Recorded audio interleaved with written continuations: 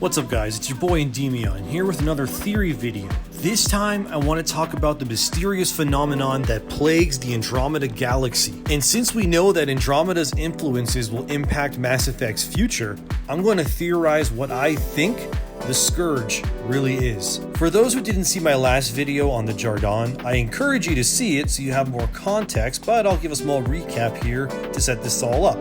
I believe that the Jardaan are a synthetic race that created the Angara as organic test subjects and used their remnant technology to create experimental testing planets to further evolve, understand, and ultimately create an organic life form perfectly suited for organic-synthetic harmony, or synthesis as the intelligence in Mass Effect 3 would call it. So with that out of the way, let's talk about the Scourge. What we know about the Scourge is that it's a massive cataclysmic event that runs through multiple wide areas of the Andromeda galaxy. Its presence is so dangerous that any technology or organic thing that comes into contact with the Scourge is immediately damaged in massive ways, leading to technological failure or even death. It's so powerful that when the human Ark, the Hyperion, first entered the Helios cluster, the Scourge immediately began destroying the Ark, ruining crucial areas of the Ark, and well, you know, it's not exactly a good idea to get close to it. But what is the Scourge? We know it's made up of dark energy, the universal term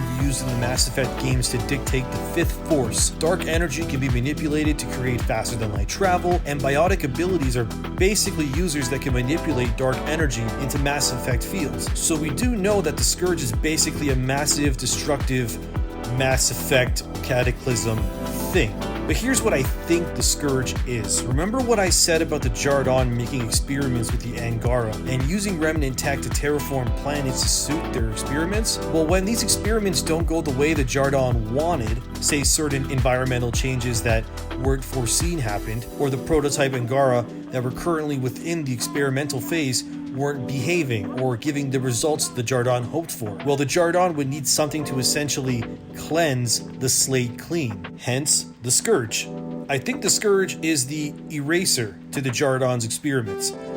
Whenever a test goes wrong or maybe a mutation in the Angara rises up that doesn't bode well to the Jardaan's plans for creating a superior host for their eventual synthesis, the Jardaan would need something to erase the current organic life and all the wildlife and whatever else is in the current simulation the Jardaan would be running. The Scourge is, as an example, the blazing hot fire to the forest that is the Jardaan's current organic experiment, cleansing the land clean of any imperfections, and it would make sense when you think of how the Scourge affects things. It's able to render entire technological marvels like the Hyperion or Nexus inoperable. It's even powerful enough to keep invaders away in certain sections of Andromeda, like the Ket for example. But this doesn't explain why the Scourge is out there in the wild, completely untamed, and ruining everything and spreading. Which brings me to the next part of the theory. When you're near the end of Mass Effect Andromeda, it's revealed in the main story that the Jardaan left some audio transmissions. One of these referring that the opposition, as they're called, being the ones responsible for detonating the Scourge from a space station at some point between humanity leaving the Milky Way and arriving in Andromeda. So what or who were the opposition? This is the most peculiar part of this whole scenario, as we have no evidence as of yet to what other races or threats there were in Andromeda before the initiative arrived. But I have a few theories. First, the name The Opposition gives us a good idea of what they were exactly. If the Jardaan had a rival race or threat, the audio log would not have referred to the threat as they did. Let's say, for example, it was the Ket who detonated the Scourge, which they didn't, but let's just say for this that they did. The Jardaan would not refer to them as the opposition, they would simply say that they were, in this case, the Ket. Which has me believing it's only down to two possible scenarios as to why the Scourge was released as it was. Number one, the opposition was an opposing force or group of Jardaan scientists who rejected organic life, as they are synthetics themselves, and wanted to erase all organic life from the Andromeda galaxy so that only the synthetic Jardaan remained. Rival factions within a synthetic group is not new to the Mass Effect universe.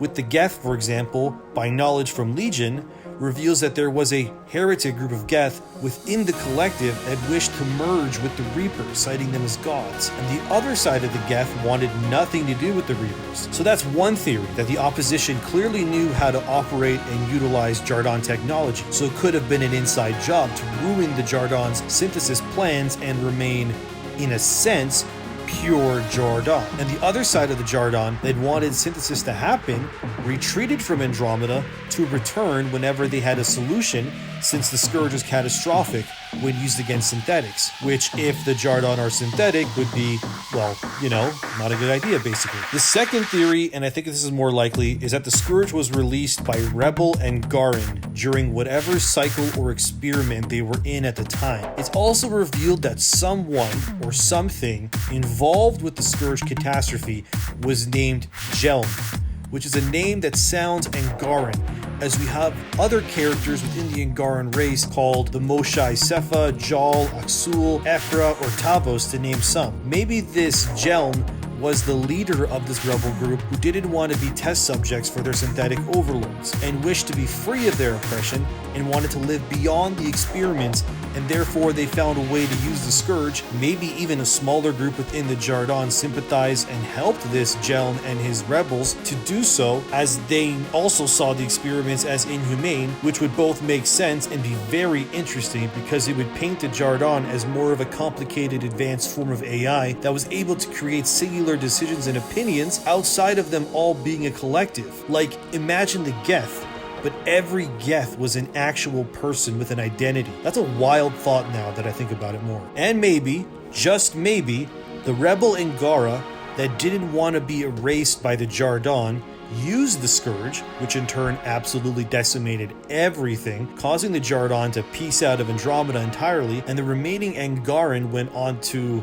well, live, and they chose Aya as their planet, and they grew and prospered in Andromeda, free of the Jardan and their experiments, until the Ket invaded 80 or so-ish years before the initiative arrived in Andromeda. It's also revealed in the main story, as well as a side quest chain where Ryder is able to find various artifacts for a love interest that he can have who's an Angaran, and she runs a museum, that the Angaran don't know their entire history, and that their people are fragmented, not fully aware of what they are exactly. But it would make sense, because their people are just a population that survived a cycle of experimentation from the Jardan.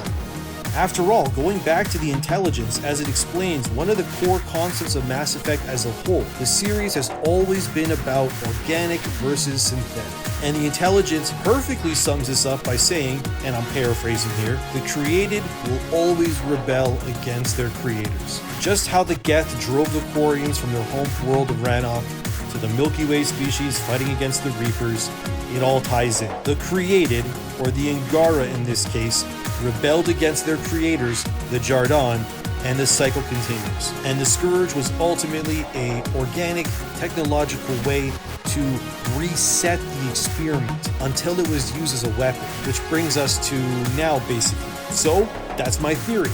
Am I wrong? Do I sound right? Let me know how stupid I am in the comments below. And for everything Mass Effect and RPGs, please like, comment, and subscribe to help a new YouTuber out. It means a lot and it helps the channel. Also, thank you guys for 200 subscribers. That's wild to think 200 people even like what I'm doing here, but that's awesome, and here's to the next milestone.